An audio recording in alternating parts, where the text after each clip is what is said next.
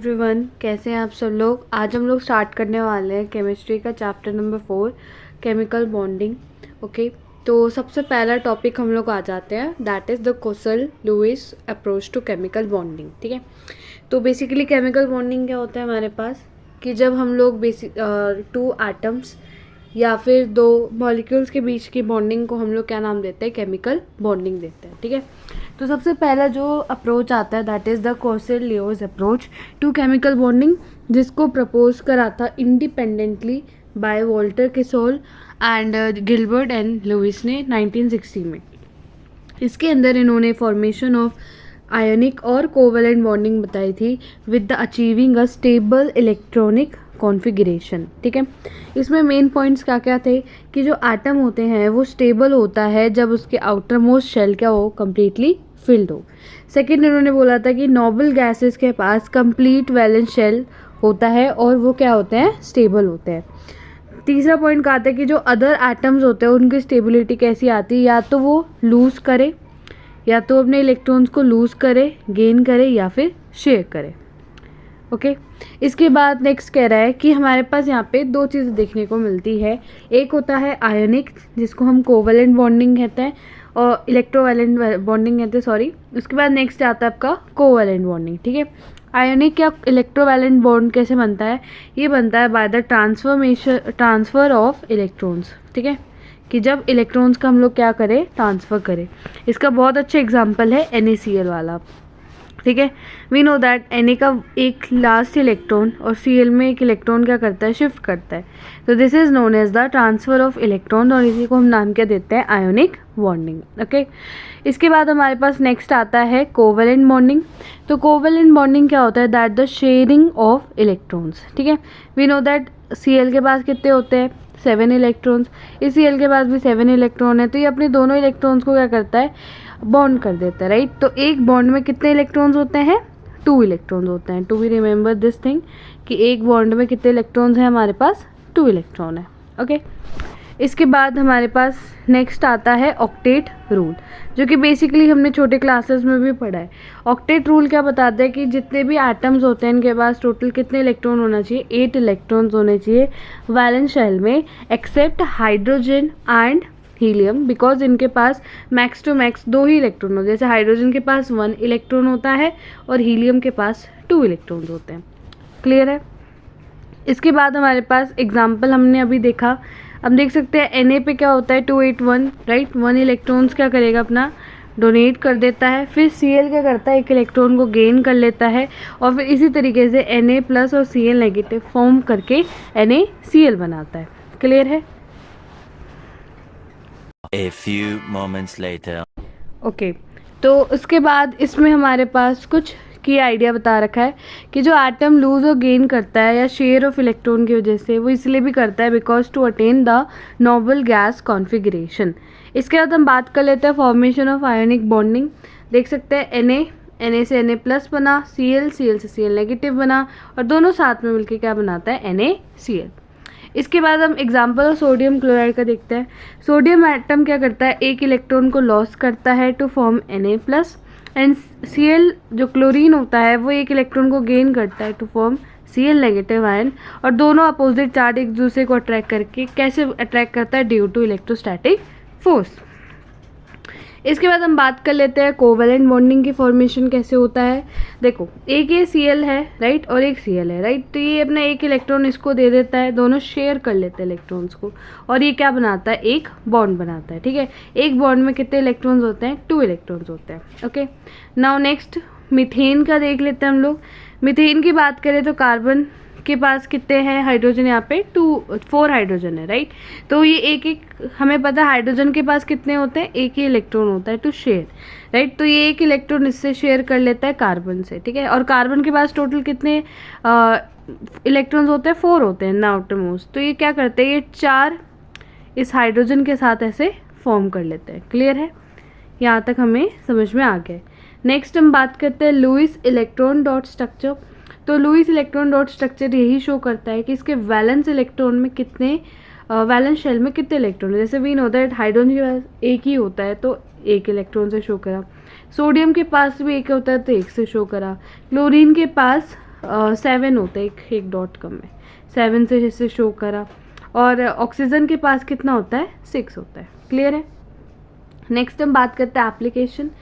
तो ये हमें एक्सप्लेन करता है फॉर्मेशन ऑफ आयनिक और कोवेलेंट कंपाउंड्स, और ये लुईस स्ट्रक्चर्स बनाने में हेल्प करता है, और ये हमें प्रिडिक्ट करता है कि कितने नंबर ऑफ बॉन्ड्स इसमें बनेंगे, और ये हमें ऑक्टेट रूल के बारे में भी एक्सप्लेन करता है। अच्छा, इसकी लिमिटेशंस क्या क्या आई, जैसे एक तो इन्होंने नहीं बता पाए कि किस तरीके से एक्सपेंडेड ऑक्टेट बन रहा है PCl5 और SF6 में, और ये इनकम्प्लीट ऑक्टेट भी नहीं बता पाए VF3 में।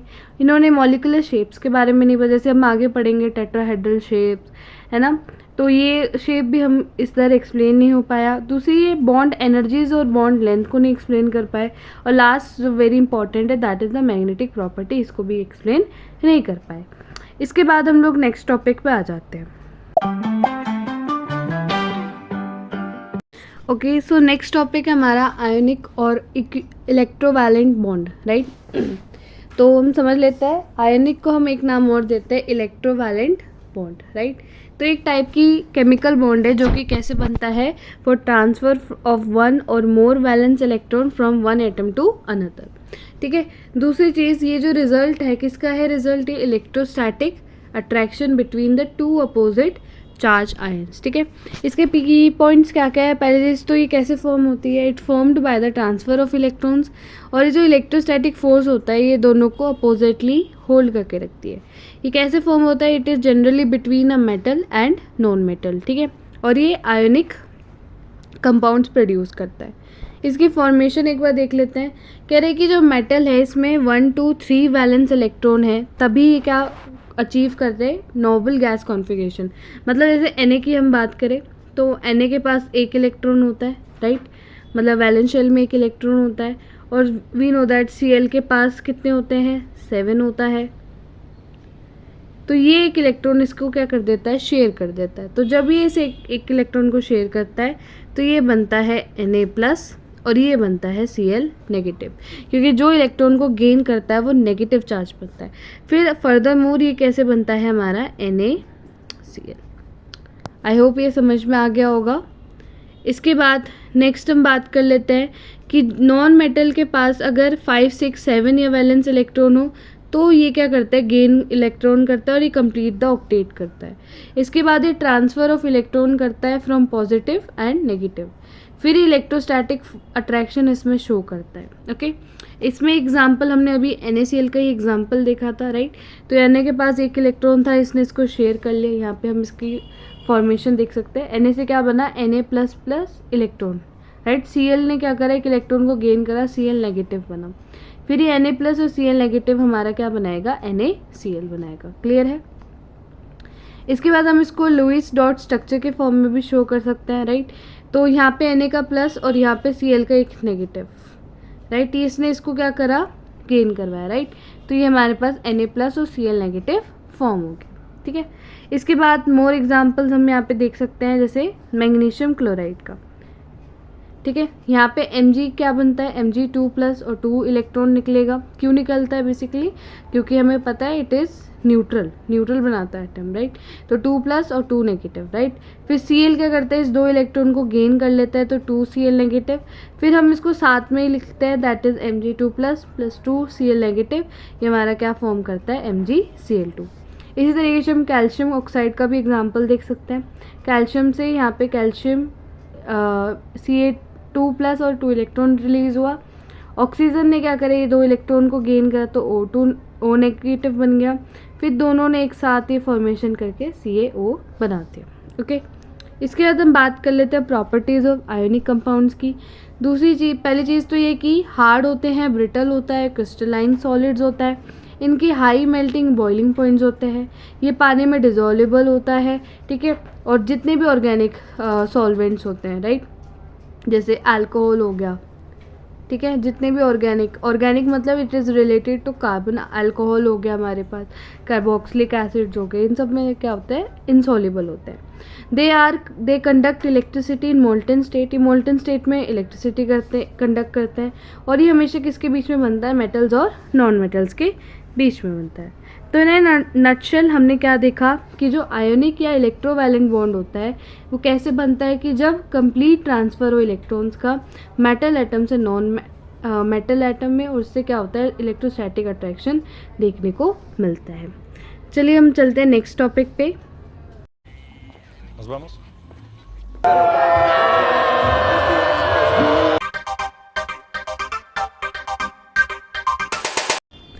ओके, सो नेक्स्ट टॉपिक है हमारा lattice enthalpy and the bond parameters. Okay, तो लेटाइस एंथैल्पी क्या होता है? ये एक एंथैल्पी चेंज है, ठीक है। It is the enthalpy change when 1 mole of ionic solid form the gaseous ion under the standard condition. कहने का मतलब क्या है? सिंपल है कि जब हमने Na से, जैसे अभी मैंने आपको बताया कि Na क्या बनता है, Na से क्या बनता है हमारा Na प्लस बनता है, राइट। तो जब ये Na से Na प्लस बना रहा है स्टैंडर्ड कंडीशन में, इसी को हम लोग क्या नाम देते हैं? दैट जितनी एनर्जी इसमें लगी है सो दैट ये Na से Na प्लस बन जाए, उसको हम लेटाइस एंथैल्पी बोलते हैं। तो यहाँ पे जो लेटाइस एंथैल्पी है, दैट एंथैल्पी रिलीज, एंथैल्पी मतलब हीट, ठीक है। तो एंथैल्पी रिलीज होता है जब गैसियस कैटाइन और एनाइन जो होते हैं कंबाइन होता है और ये आयनिक सॉलिड बनाता है, ठीक है। इसका जो एग्जांपल है, यहाँ पे हम इसका एग्जांपल देख सकते हैं दैट Na प्लस और Cl नेगेटिव क्या बना रहा है? NaCl बना रहा है, राइट। तो हीट क्या होता है? रिलीज हो रहा है, राइट। तो जब हीट रिलीज हो रहा है तो यहाँ पे क्या होगा? नेगेटिव होगा, क्लियर था, ठीक है। अब यहाँ पे हम लोग एक साइकिल देख लेते हैं, इसको हम कहते हैं बॉन्ड हार्बर साइकिल फॉर NaCl। तो यहाँ पे होता क्या है? बेसिकली पूरा एक साइक्लिक फॉर्मेशन यहाँ पे दिखाई जाता है, राइट। जैसे Na से पहले तो हाफ Cl2 इसमें ऐड होता है तो NaCl बना रहा है, फिर इसमें से एनर्जी रिलीज़ हो रही है तो हम इसको ऐसे ब्रेक करेंगे Na plus two Cl negative, ठीक है। तो ये पूरा एक साइकिल होता है हमारे पास। यहाँ पे जो ये डेल्टा H सब SUB है, ये मेरा सब्लिमेशन एंथैल्पी है, क्योंकि हमें पता है सॉलिड तो किस में कन्वर्ट हो रहा है? डायरेक्ट गैसियस फॉर्म में कन्वर्ट हो रहा है, इसलिए सब्लिमेशन एंथैल्पी लगी है, क्लियर है। इसके बाद हमें कुछ नोट ध्यान रखना है। पहली चीज़, जो लेटाइस एंथैल्पी होती है वो हमेशा नेगेटिव होती है। Okay, let me use highlighter. Lattice enthalpy क्या होता है? हमेशा नेगेटिव होता है for the formation of ionic solid. जितनी ज़्यादा लेटाइस एंथैल्पी होगी उतना ज़्यादा स्टेबल होता है आयनिक सॉलिड, ओके। तो ये दो चीज़ आई गेस आपको समझ में आ गया होगा, ओके। इसके बाद हम बात कर लेते हैं कि फैक्टर्स क्या क्या इफेक्ट करता है लेटाइस एंथैल्पी को। पहला, चार्ज इन आयंस। आयंस पे क्या चार्ज है? जितना ज़्यादा चार्ज होगा उतनी ज़्यादा लेटाइस एंथैल्पी होगी। तीसरा, सेकेंड पॉइंट, जो साइज ऑफ आयंस, जितना स्मॉलर होगा ना आयन उतना ज़्यादा लेटाइस एंथैल्पी होगी। जैसे अगर मैं इसमें क्वेश्चन पूछूं कि आप बताओ कि सोडियम या मैग्नीशियम में से किसका लेटाइस एंथैल्पी ज़्यादा होगा? ऑब्वियसली बात है सोडियम का, क्योंकि सोडियम का Na प्लस बनता है और मैग्नीशियम का Mg2 प्लस बनता है, राइट। तो मतलब इसका जो साइज़ है आयन का वो ज़्यादा छोटा है as compare to Mg plus, ठीक है। इसके बाद हम बात करते हैं नेचर ऑफ आयंस की। तो कह रहा है कि जो आइसोइलेक्ट्रिक सीरीज़ है, आइसोइलेक्ट्रिक का मतलब जैसे अभी मैंने आपको एग्जांपल दिया Na प्लस और Mg2 प्लस, देखो दोनों में ही हमारे पास कितने हैं? 10 इलेक्ट्रॉन्स है, तो these are isoelectronic series. तो जो आइसो इलेक्ट्रॉनिक सीरीज़ होता है ना, लेटाइस एंथैल्पी जो होती है इंक्रीज़ करते हैं विथ न्यूक्लियर चार्ज। जैसे जैसे इन पर चार्ज बढ़ता है लेटाइस एंथैल्पी इंक्रीज़ कर रही है, क्लियर है। नेक्स्ट है, जितना ज़्यादा क्लोजली पैक्ड होगा आयंस उतना ज़्यादा क्या होगा? लेटाइस एंथैल्पी होगा। आई गेस आपको इतना समझ में आ गया होगा। नेक्स्ट हम बात करते हैं बॉन्ड के पैरामीटर्स, यानी कि बॉन्ड क्या होता है? एक मेजरेबल क्वांटिटी होती है, ठीक है, या फिर हम बोल सकते हैं मेजरेबल प्रॉपर्टीज़ होती है केमिकल बॉन्ड्स का, और इससे हम लोग ज़्यादा इजीली बॉन्ड्स के बारे में स्टडी करते हैं, ठीक है। जैसे अभी मैंने आपको बताया था कि जो बॉन्ड होता है इसमें कितने इलेक्ट्रॉन्स होते हैं? 2 इलेक्ट्रॉन्स होते हैं, टू बी रिमेंबर दैट, ठीक है। इसके बाद हम बात करते हैं पहला, ठीक है, पहला हम बात करते हैं बॉन्ड लेंथ की। तो बॉन्ड लेंथ क्या होता है? That is the distance between the two bonded atoms. दो बॉन्डेड एटम के बीच में जो डिस्टेंस हो, लेट सपोज मैंने Cl और Cl का एग्जांपल लिया, तो Cl और Cl के बीच के डिस्टेंस को हम लोग क्या नाम देंगे? बॉन्ड लेंथ बोलेंगे, ठीक है। हाँ, इसके बाद जैसे इसको हम कैसे मेजर करते हैं? पिकोमीटर में, राइट। तो 1 picometre is equals to 10 to the power 12 metre, okay. इसके बाद हमारा आता है बॉन्ड एंथैल्पी। बॉन्ड एंथैल्पी का मतलब होता है कितनी एनर्जी हमें यहाँ रिक्वायर्ड चाहिए। It is the enthalpy which is required to break 1 mole of particular bond in the gaseous state.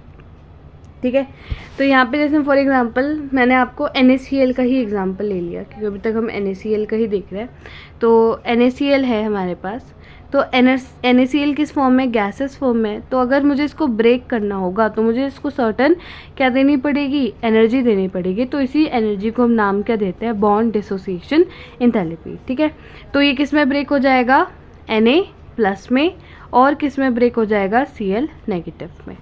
Okay, इसके बाद हमारा नेक्स्ट आता है that is the bond angle. तो बॉन्ड एंगल क्या होता है कि ये जो एंगल बनता है बिटवीन द 2 बॉन्ड्स, इसी को हम लोग क्या नाम देते हैं, मतलब 3 बॉन्ड, सॉरी 3 एटम्स के बीच में जो एंगल बन के तैयार होता है that is the bond angle. Okay, इसके बाद हम बात करते हैं बॉन्ड ऑर्डर की। तो ये बॉन्ड ऑर्डर क्या होता है, ये वो नंबर होता है केमिकल बॉन्ड्स की, मतलब 2 एटम्स के बीच में कितने केमिकल बॉन्ड्स बनेंगे, that is the bond order. ठीक है, जो कि किसके बराबर होता है हमारे, that is equals to 1/2 NB - Na। ठीक है, NB क्या होता है, कितनी हमारी बॉन्डिंग है, ठीक है, और कितनी हमारी एंटी बॉन्डिंग है। ठीक है, नेक्स्ट हम बात कर लेते हैं बॉन्ड पोलैरिटी की। बॉन्ड पोलैरिटी क्या होता है हमारे पास, it is the degree of separation of charges in a bond. ठीक है, ये डिग्री ऑफ सेपरेशन को डिनोट करता है या कितनी चार्जेस है उस पर डिनोट करता है। जितनी ज़्यादा इलेक्ट्रोनेगेटिविटी डिफरेंस होगा उतना ज़्यादा पोलैरिटी होती है। मतलब सिंपल सी बात है, जैसे मैं बात करूँ NaCl की, तो देखो Cl जो होता है अपने आप में क्या है, ग्रुप 17 का हिस्सा है, राइट। तो ग्रुप 17 अपने आप में क्या होता है, काफ़ी ज़्यादा इलेक्ट्रोनेगेटिव होता है। तो हम इसको क्या बोलेंगे कि it shows that bond polarity, और जितनी ज़्यादा इसकी इलेक्ट्रोनेगेटिविटी होगी उतना ज़्यादा इसकी क्या होगा, पोलैरिटी होगा। नेक्स्ट हम बात करेंगे बॉन्ड एनर्जी। ये टोटल एनर्जी होती है जिसमें हमें चाहिए होता है ताकि सारे के सारे बॉन्ड ब्रेक करके 1 मोल ऑफ मॉलिक्यूल बनाए। तो इसकी यूनिट ही यहाँ पे हमें दे रखी है। ओके, अब हम चलते हैं नेक्स्ट टॉपिक पे। ओके, तो अब हम लोग नेक्स्ट पार्ट में बताएंगे कि आगे कौन कौन से टॉपिक्स है, राइट। जैसे रेजोनेंस स्ट्रक्चर है, हमारे पास वेस्पर थ्योरी है, मॉलिक्यूलर ऑर्बिटल थ्योरी है, वो हम सब डिस्कस करेंगे फ्रॉम द नेक्स्ट पार्ट। तो stay tuned to our videos. Okay, bye.